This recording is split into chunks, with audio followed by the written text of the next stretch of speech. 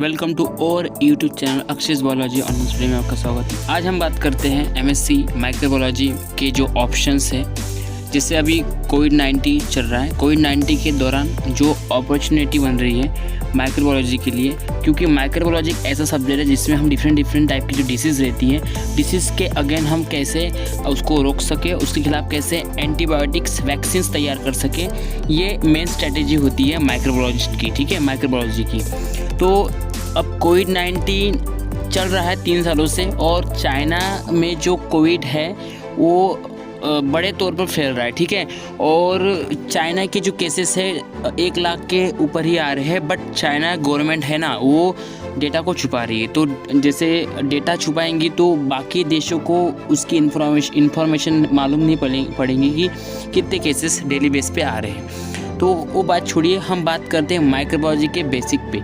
Microbiology एक ऐसा subject है जिसमें हम ऐसे स्कोप का ये इसमें है कि वैक्सीन्स को, जैसे अभी कोविड के खिलाफ वैक्सीन्स हम तैयार कर रहे हैं, मीन्स तैयार हो चुकी है, बट अलग अलग डिफरेंट वेरिएंट्स आ रहे हैं। तो अलग अलग फार्मूले पे अलग अलग वैक्सीन्स बन रही है, मीन्स अलग अलग देशों पे बन रही है और बन भी गई है। ठीक है, और बहुत लोगों को बूस्टर डोज वगैरह वैक्सीन भी लग चुकी है। बट कोई ऐसे देश है जिसमें वैक्सीन्स कारगर सिद्ध नहीं हुई है। मीन्स आप बोल सकते हो कि हमने आप देखो कोविड-19 के अलग अलग वेरिएंट्स है। ठीक है, डिफरेंट वेरिएंट्स है।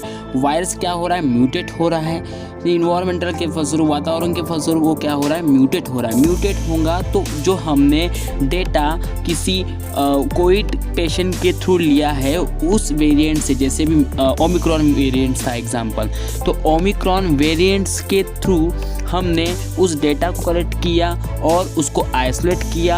आइसोलेट करने के थ्रू हमने वैक्सीन तैयार कर ली। अब वैक्सीन तैयार करने के बावजूद अगर वो वायरस अगर इन वातावरण के फलस्वरूप म्यूटेट हो रहा है, चेंजेस आ रहे हैं उसमें, उसके म्यूटेशन के फलस्वरूप, मीन्स वायरस को म्यूटेट हो रहा है, दिन ब दिन म्यूटेशन कर रहा है, तो वो क्या हो रहा है, उस वैक्सीन्स को वो एंटीबॉडी, मतलब अब जैसे वैक्सीन देखिए, वैक्सीन क्या करेंगी, पहले वाले म्यूटेट जैसे वेरिएंट्स है, अलग अलग वेरिएंट्स आ रहे हैं, तो अलग अलग म्यूटेशन होंगे, मीन्स जो म्यूटेशन हुए हैं। ठीक है, अब वैक्सीन पूरे डेटा के थ्रू वैक्सीन बनी है और उस वेरिएंट के खिलाफ ही वो लड़ सकती है।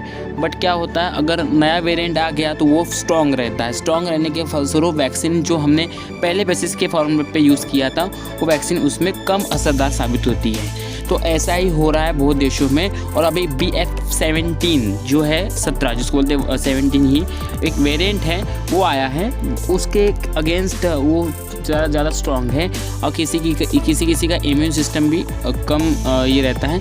तो उसके अगेंस्ट हम उस वायरस को कैसे रोक सके।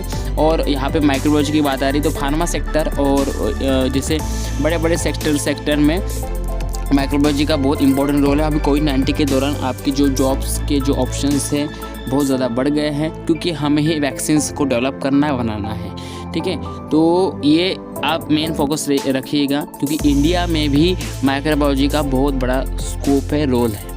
बट हमें बड़े बड़े सेक्टर में जाना पड़ेगा, बड़े बड़े इंडस्ट्री एरिया में जाना पड़ेगा, तब हमें अपॉर्चुनिटी इसकी मिलेंगी। तो ज़्यादातर फार्मा सेक्टर की बात करें, जैसे लुपिन कंपनी होगी, Lupin Cipla, landmark, ETC, pharma sector में माइक्रोबायोलॉजी का सबसे बढ़िया रोल है। और वैक्सीन्स, अगर कोई डिसीज़ वगैरह आ गई है, जैसे कोविड-19 डिसीज़ आ गई, तो इसके खिलाफ बहुत प्रकार के वैक्सीन बनी हैं, जो कि माइक्रोबायोलॉजी के तौर पर ही उसका बहुत बड़ा योगदान है। अगर आपको वीडियो अच्छा लगा तो लाइक कमेंट जरूर कीजिएगा। मिलते हैं नेक्स्ट वीडियो तक की। जय हिंद, वंदे मातरम। अपना ध्यान रखिएगा।